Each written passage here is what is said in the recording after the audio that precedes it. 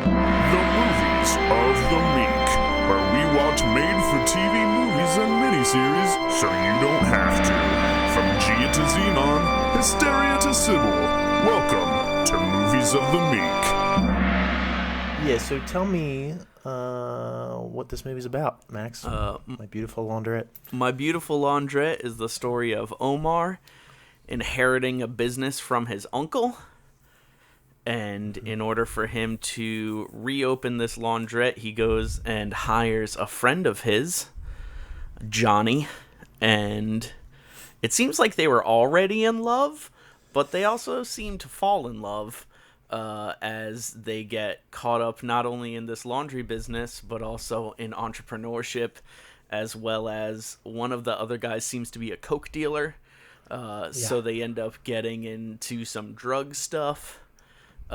And then there's also like a fascist movement in Britain at the same time. And so a lot of those people are attacking Omar's family, who are Pakistani. And that's really all that happens. Yeah. I would say it's a slow burn of a movie. But yeah, so like, where do you want to start with this? Because, you know, you kind of touched on their relationship, which I think is probably a good place to start. They, like you said, they kind of seem like they've been in love for years. Yeah. So they don't get too much into it, but it seems like they were childhood friends. Omar is, I guess, a second generation Pakistani immigrant. Is that yeah? Because of his dad and his uncle talked about them coming here due to the government, their issues with the government back in Pakistan. So they were friends as children, and then at a certain point, I guess Johnny gets wrapped up in this kind of right wing fascist movement. Yes. And then they kind of fall out of touch. But something definitely was going on back when they were friends. Yeah. Some kind of like romance was happening. And that's honestly like their relationship is like what this movie is all about, in addition to the kind of like the Pakistani English tensions of that period, which I had no idea existed. So this was kind of a cool movie to watch. I had no idea that was a thing back in the 80s. Yeah. But it really focuses on their relationship, and it's pretty interesting how it unfolds. Like it kind of they meet up early on in the movie. Johnny and his gang of I guess they are kind of right wing fascists, or like they kind of left the movement, but they're still kind of racist. Yeah, unclear. They stop Omar as he's driving his uncle's business associates back home, and he's like, "Oh, hey Johnny, what's up? I haven't seen you in a while." Ex-lover, we don't know this yet. And then like within a day, they're obsessed with each other. Yeah. So I found that very interesting how that they fell out of touch. Due to like a pretty serious situation, right? Johnny was running with some pretty bad people, racist bad people. Yeah. And Omar seems to kind of forget all about that. He doesn't quite. It comes up once later in the movie, but really it doesn't affect the relationship at all. No. Until towards the end. So I found that very interesting. Yeah. Would you make of all that? Like how they kind of portrayed that relationship? It seemed a little unrealistic to me, but it was effective, right? I mean, it was cool, but it was like, this doesn't seem like real people. Well, Johnny, you found it unfortunate that it didn't lack nuance. Yeah, and that's what this movie is exactly. This movie is not very nuanced. It's and even like their relationship too. Like I was expecting this movie to kind of focus on the gay relationship. Okay. And it does, but it really doesn't have any bearing on the story, really. Yeah. Which I found interesting. Like there were a couple times I was like, oh, someone's going to find out about them, and it's going to affect the story somehow, or it's going to affect the business, or but it never happens. Yeah. They just like stay in the closet, and then it ends with them in the closet. Yeah. Which I guess was the 80s. Yeah. And that's also, there's a lot of scenes where I thought that the cinematography was either really interesting or really enjoyable, and there's a few shots that are like pretty ambitious in terms of like the budget of this movie and everything like that. But one of the shots that is interesting is, so there's Omar's uncle and his mistress go to the shop. They go to the shop and they start dancing around and they're listening to this classical music as Johnny and Omar are, going to town. That scene made me so anxious because you're waiting for his uncle to discover them. Yeah. Boning. It doesn't happen though. Thankfully. It does not. But the way in which it's shot and it's showing the parallels between the two of them, it kind of not only frames it in the way where you get to see both of these people having this moment with each other, Omar and his lover, and then his uncle and his lover. But on top of that, it kind of frames it in a way where it's like society views these two things as being equally shady. I would argue that they view the uncle's relationship with his mistress less harshly than his relationship with Johnny, right? That's like, at least they can kind of wink and nod that he's having an affair, but Johnny and Omar can't tell anyone at all. Like, they have to keep it completely under wraps from everyone in their life, which is kind of sad. Yeah. But yeah, that was a cool scene. I mean, we can't not talk about the sweet opening credits with that like swish around in circles. Like, that's pretty sweet. Just like a washing machine. So the score obviously is by Hans Zimmer, and it's his first score that he ever did for a movie. It's like those bubbles get so fucking obnoxious after like the fifth time you hear them. Yeah. I can't wait. This was his first movie? Yeah. Seriously? Holy shit. Look how far he's come. He has come so far. Yeah, I enjoyed it. It was just kind of, I think tonally this movie really confused me too. Like, I really didn't know what it was trying, because at times it's lighthearted, it's funny. At other times it's really fucking dark. Yeah. And I think I thought it was going to be more of a comedy because of Omar. I don't know if that's just, I don't know the actor well, but his performance, it was just like very kind of like one note goofball, like kind of bouncing from scene to scene, smiling. It's either that or he was like, he's being an asshole. Like, there's two modes in this movie. Yeah, he's being cocky. He's being rude. He gets cocky. He gets a little fucking. He's like, "Yeah, you work for me now, Johnny." I was like, "Jesus, dude, relax." Yeah, I get it. He was a right wing fascist, but like, you guys love each other now. Like, chill. Yeah. But yeah, I also enjoyed the apartment that Omar lives in, with like right under the subway lines. Yeah. Like that.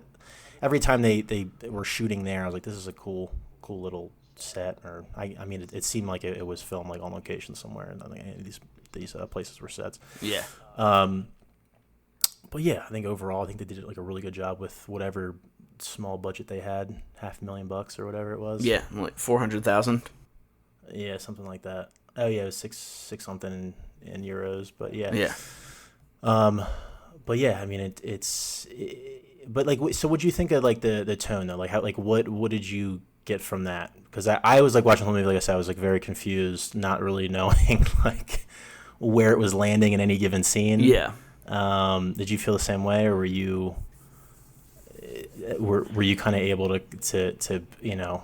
get a better feel from that? I definitely like tonally thought that it wasn't too bad. Just in general, obviously there's certain little like nuances and things like that with his character that are kind of weird. But I definitely enjoyed the tone of it overall, and especially like the time period and just getting to see the locations of the time period and Yeah. like the overall aesthetic of the movie. I think I enjoyed to the point where it kind of nullified any problems I had with it.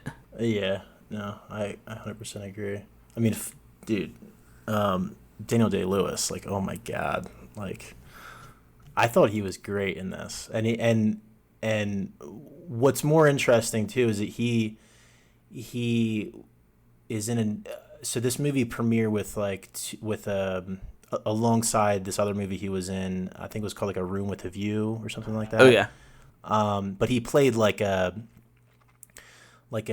essentially like a British aristocrat. I'm not sure what time period it was supposed to portray, but it was like the complete opposite of this character, right?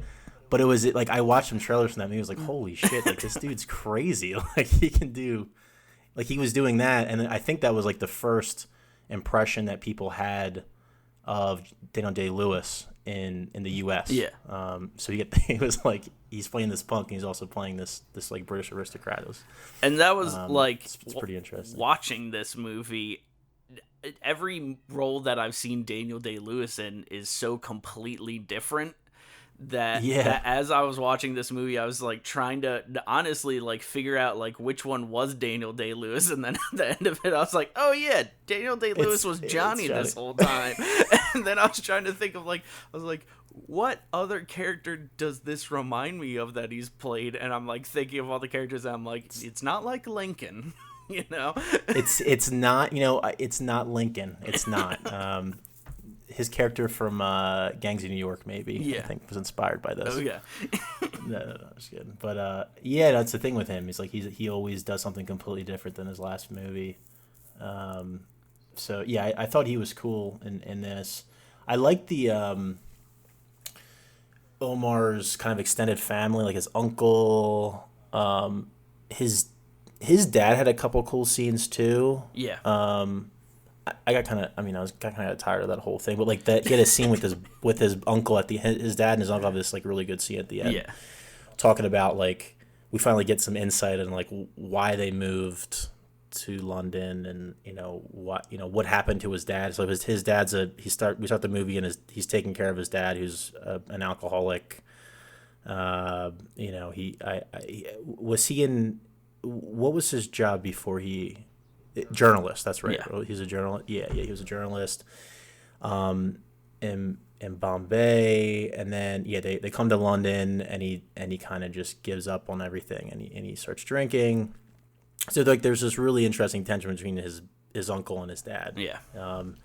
His dad kind of resents his uncle because he's kind of a shady businessman. We're not really sure what he gets into, but his associates are pretty shady. Yeah. With the drug, it seems like his uncle's not into the hard stuff, but he might be conning people here, and it's unclear. Yeah. But he's doing something a little shady. So that whole dynamic was really cool to watch throughout the whole movie. Pretty much anything with his uncle was interesting. Like the relationship with his father. His uncle's affair was super interesting, and how that affected his uncle's daughter. Do you remember her name? Like Tanya. Tanya. Also, I don't know if this was his uncle trying to set him up with his cousin. Yeah. Tanya, and that's like that was normal for that culture. That is a great point. Because I was a little bit confused by that. At first I thought she wasn't his cousin. Yeah. Like they were, I don't know, but it's like his uncle. It's his dad's brother's daughter, and they were trying to set Omar and her up for at least the first half of the movie. For some reason, that like never clicked in my mind that they were related. Yeah, am I losing my mind? Like that's what happened, right? Like he actually proposed to her, didn't he? Yes. Yeah. In the most Omar way possible, which is just ask her whether or not you'll get married. He was like, "Hey, I'm bored. You want to get married?" Okay, Omar. And I don't know. Yeah, I couldn't get a read on Omar the entire movie. at all. Like, I don't know who he is as a character at all. Yeah. I just know that he's in love with Johnny from some of the movie. He might be bisexual for all I know, because he wasn't he hooking up with Tanya at the beginning of the movie? Well, he and Johnny both kind of pretend that they're gonna hook up with Tanya. But I felt Johnny was pretending. Omar seemed like he was into it, but maybe that was just Omar. Yeah. Like Omar, it never felt like Omar was hiding his sexuality. It just seemed like he was just kind of down for whatever. Okay. In any scene. That's how I read it anyway. I In don't any fucking know. scene. It's right. Like he's like, yeah, sure, I'll do this. Yeah, sure. Omar just in general seemed entertained by everything. Just whatever was going on, Omar was like, yeah, this is the right thing to be doing right now. Exactly. Yeah. Yeah. So the characterization of the father I really, really enjoyed. You were talking about his alcoholism. His alcoholism comes from when his mom jumps onto the train tracks and kills herself. Right. Yeah.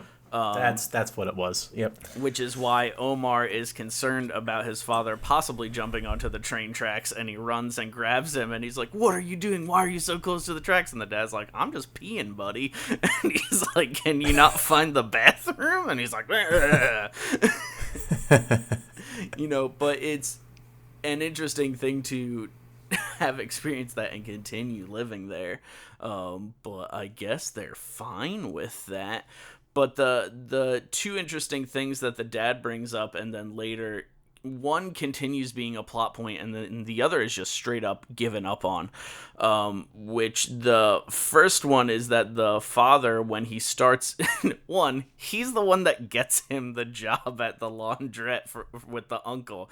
But then after he's been working there for like, I don't know, a day, Yeah. He's like, be careful, he's into some shady stuff. And it's like, then why did you get him the job there? So my theory is that he got him the job there so that he would want to go back to school. Like I think he was hoping that he would be not okay with washing cars all summer. Yeah, because it definitely, the thing that I kept thinking of was like High School Musical 2, where it's like, did he expect him to work for this?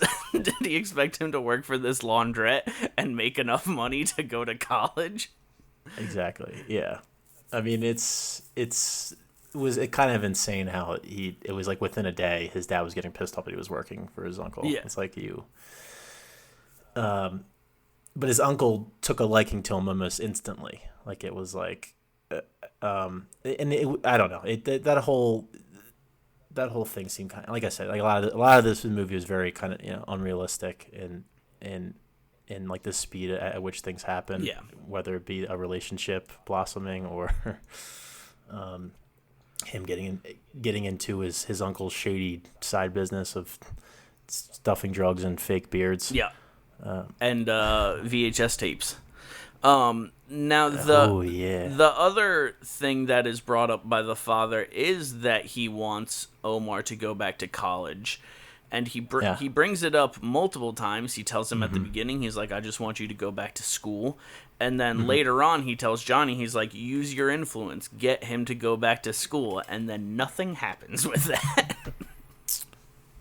No, you're right. Yeah, he does. This is right before Johnny gets in the fight with his gang over that whatever his name, Mullet Man, the guy, his uncle's associate. The you're hair right. in this movie. Yeah, his perm is fucking sweet. And I really love how they show that he took care of the perm too. Like, there's a scene of him wearing a shower cap. Like, he doesn't fuck around. He does not fuck around with that perm. But you're right. Nothing happens. What the hell? Yeah. That's weird.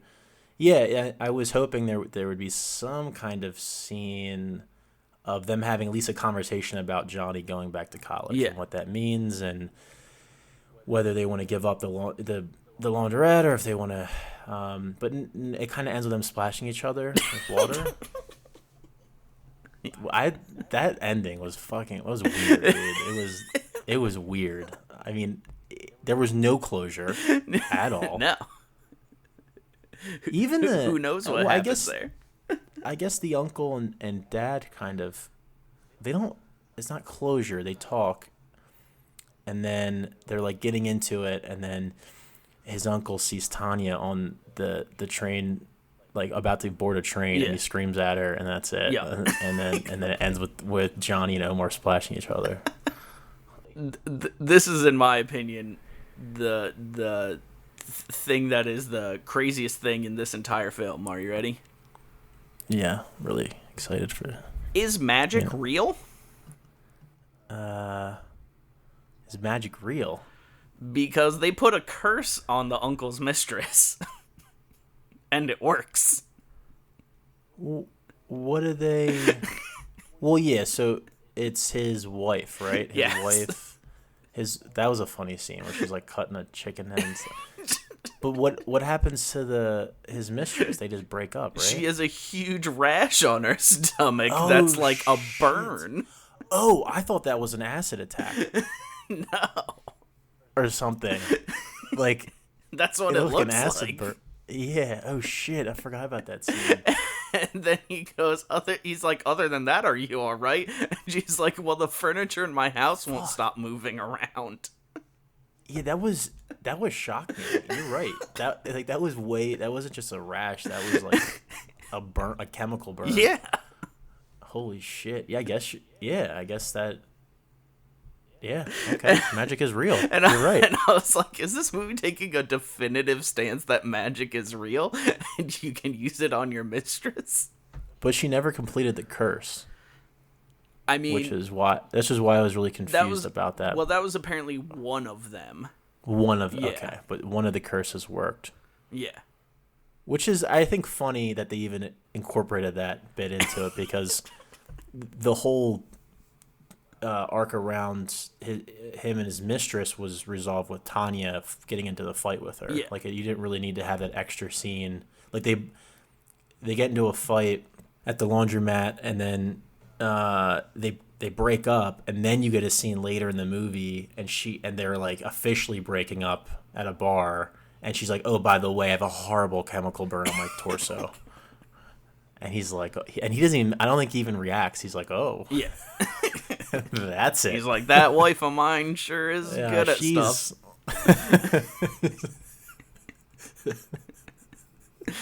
It's difficult being with a woman so talented.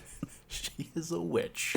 Yeah, and that, you're right. I mean, you have that scene where she ends up leaving at the laundromat, which them standing outside of the laundromat and them arguing at each other is a beautiful shot, unless you pay attention to the inside of the laundromat, where there's just, I guess, an extra just kicking one of the washers over and over and over again. I feel like they had, that extra was in a lot of scenes just kicking up.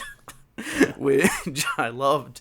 But yeah, like that entire sequence is the end of their character. She walks away. They didn't need another scene where she's like, oh, by the way, I walked away, meaning I ended this. Yeah, it was strange. I did like that scene between Tanya and the mistress. I wish I knew her name. Where so essentially it's like the grand opening of the laundromat. And I forget who invites Tanya. I think it was Johnny, maybe. Oh, Omar invites Tanya? Yeah. Oh. Just to stir shit up because it's Omar? I guess so. Bastard.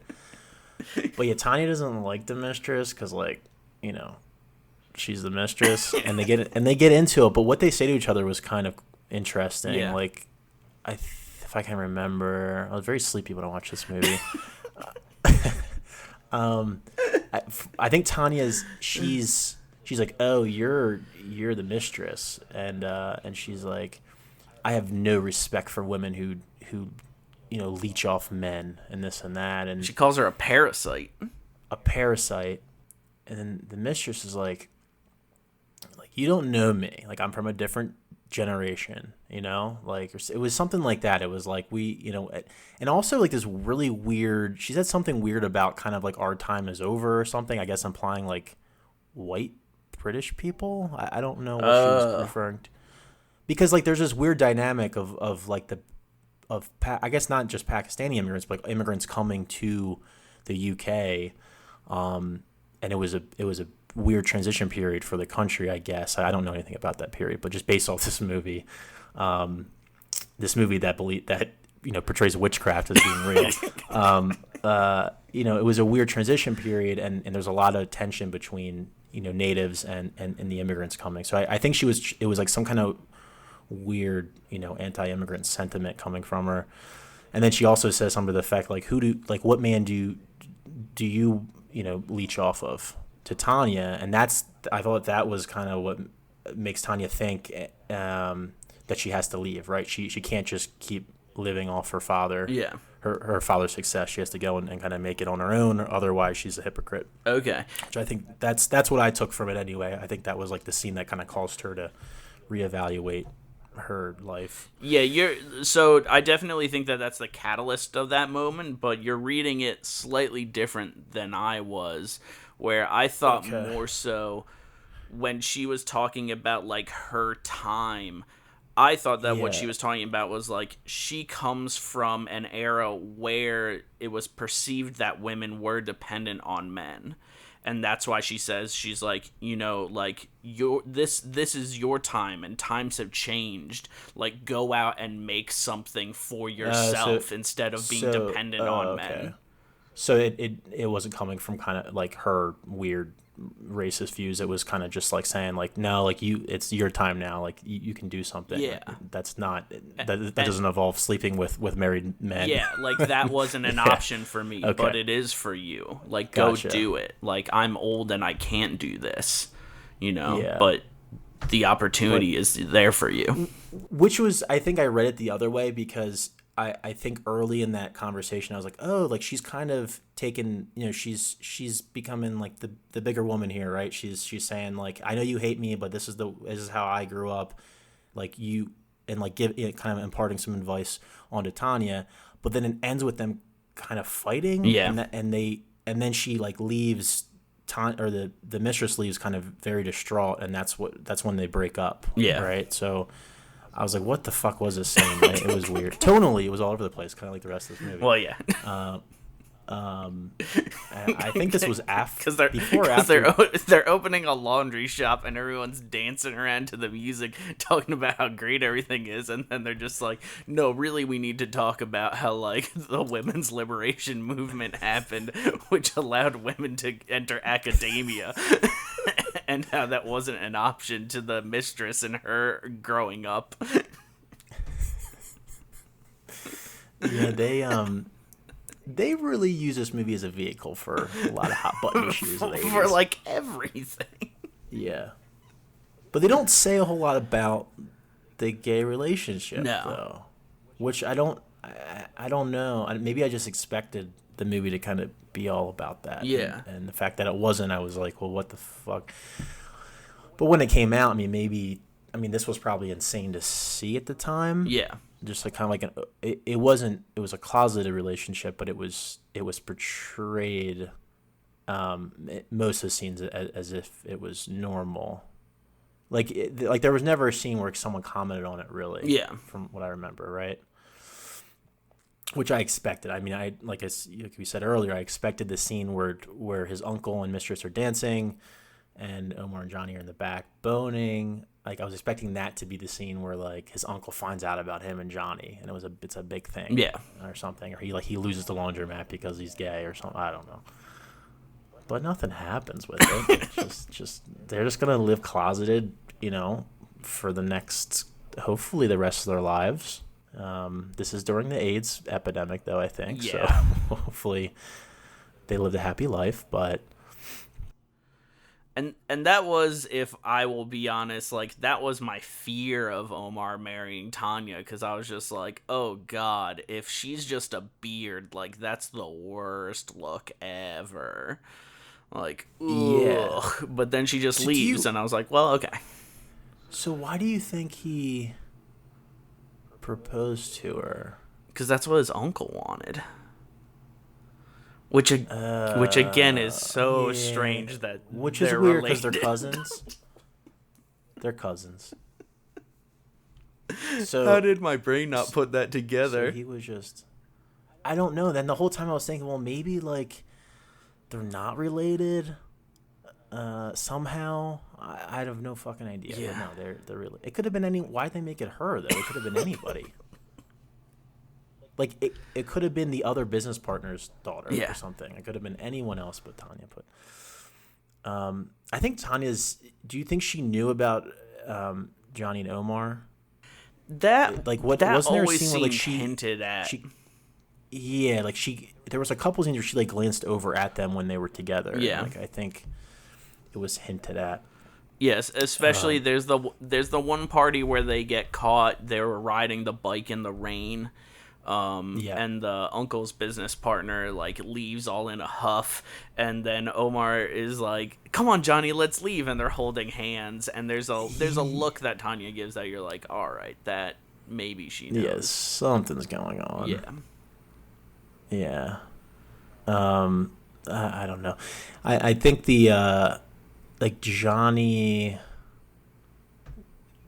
like relationship with his gang was kind of interesting too. They didn't really there wasn't a scene where he was like talking to his I guess the people in his crew weren't really characters. Like they couldn't say anything. Like there was never any they were scenes with them vehicles talking. for violence.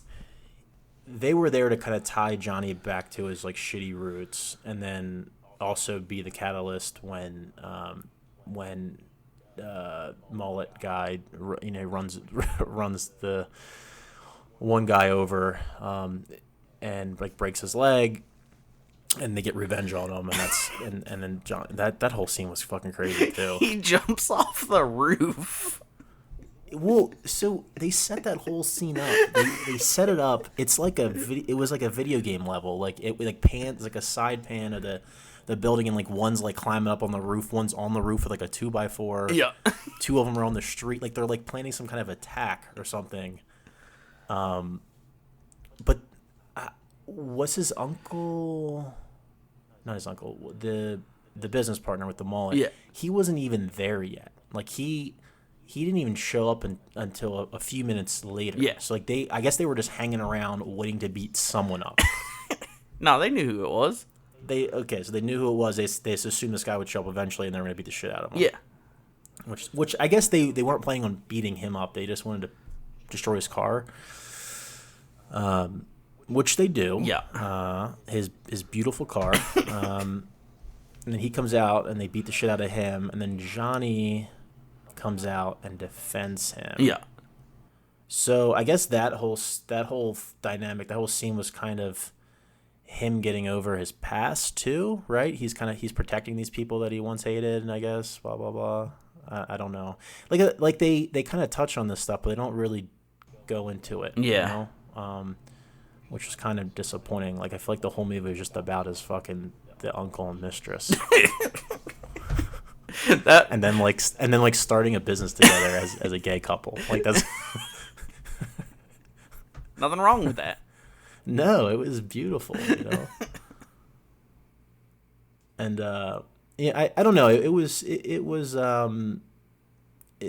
I just think I just left confused. I was left confused after watching it.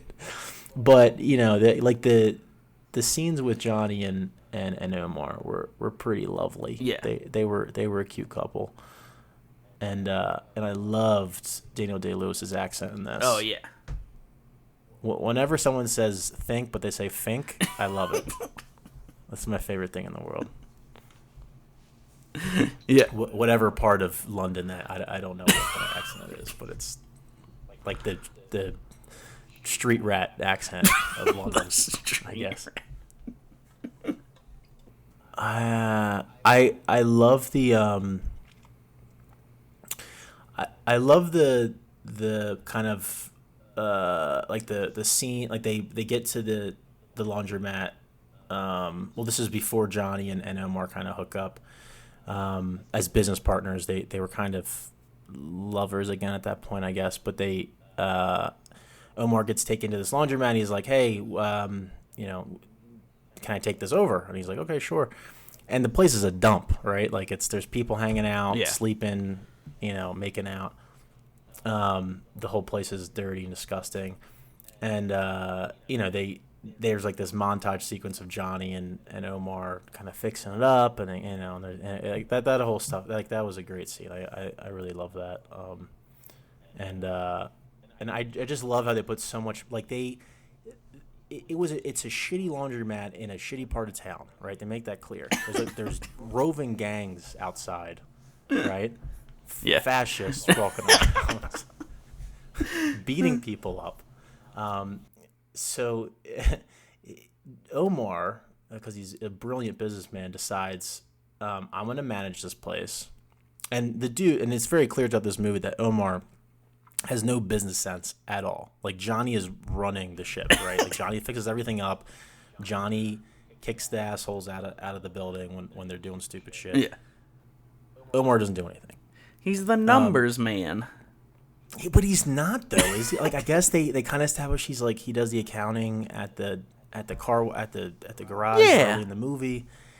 But like, if he did the numbers, why do he have to steal drugs from his uncle's business partner to pay? Like, that whole, so he doesn't own this business. Why did he have to rob people? So yeah, okay. So he is not. He doesn't own. His uncle doesn't give him this business. His uncle is just put him in place as the manager. Okay. Yeah. His uncle just wanted him to run the laundromat. It's a dump. He knows it's a dump. It probably doesn't make any money. It's in a horrible part of town. But Omar thinks, well, let's invest a ton of stolen money into this business without telling my uncle or his business partners, to make it this high-end, fancy laundromat. But like, what's the point of that if the people who are going to it are they're not willing to? I mean, I'm sure they would have to raise the prices, right? I would assume. I don't think Omar thought that far ahead. No, he did not. So yeah, so he decides to, he kind of starts working for his uncle's business partner, picking up some not DVDs, some VHS tapes of, I assume, is pornography, or something worse. I don't know. There's drugs in the VHS tapes. Oh, there were drugs in there? That's why they wouldn't play. Oh. Yeah. See, that's what I'm saying, dude. I was sleepy. This movie has so many layers. That makes sense. I was because he puts the movie in and then he gets his ass kicked, and it was like unclear like what happened. I just thought it was. Oh, okay. That makes sense, right? Yeah. 'Cause he hides his drugs in things. Yes. Okay. Okay.